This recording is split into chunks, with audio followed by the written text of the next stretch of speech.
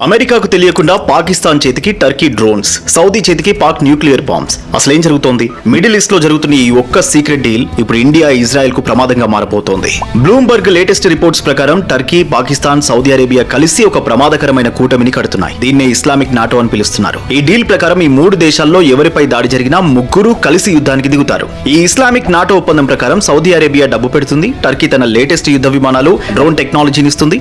వీటికి బదులుగా పాకిస్తాన్ తన దగ్గరున్న న్యూక్లియర్ పవర్ రక్షణను ఈ రెండు దేశాలకు ఇస్తుంది. అంటే పాక్ న్యూక్లియర్ పవర్ ఇప్పుడు అరబ్ దేశాలకు షిఫ్ట్ అవుతోందన్నమాట. 2025లో భారత్ పాక్ మధ్య జరిగిన ఆపరేషన్ సింధూర్ టెన్షన్స్ గుర్తున్నాయి కదా? అప్పుడు పాకిస్తాన్ కు సపోర్ట్ చేసిన టర్కీ ఇప్పుడు అధికారికంగా పాకిస్తాన్ ఆర్మీని మోడర్నైజ్ చేయడానికి సిద్ధమైంది. ఇది భారత్ కు డేంజర్ బెల్ లాంటిది. అయితే ఇక్కడ ట్విస్ట్ ఉంది. టర్కీ ఆల్రెడీ అమెరికా ఫ్రెండ్, అంటే నాటోలో మెంబరే. కానీ ఇప్పుడు అమెరికాకు పోటీగా సొంత గ్రూప్ కడుతోంది. రేపు ఇజ్రాయెల్ లేదా ఇండియాతో గొడవ వస్తే టర్కీ నాటో మాట వింటుందా లేక పాకిస్తాన్ మాట వింటుందా అన్నది ఇప్పుడు $1 మిలియన్ ప్రశ్న. సరిహద్దుల్లో మారుతున్న ఈ కొత్త సమీకరణాల వల్ల భారత్ తన డిఫెన్స్ బడ్జెట్ నైతే భారీగా పెంచక తప్పదనిపిస్తోంది. సో మీ అభిప్రాయాన్ని కామెంట్ చేసి మరిన్ని డీటెయిల్స్ కోసం ఫాలో చేయడం మాత్రం మర్చిపోకండి.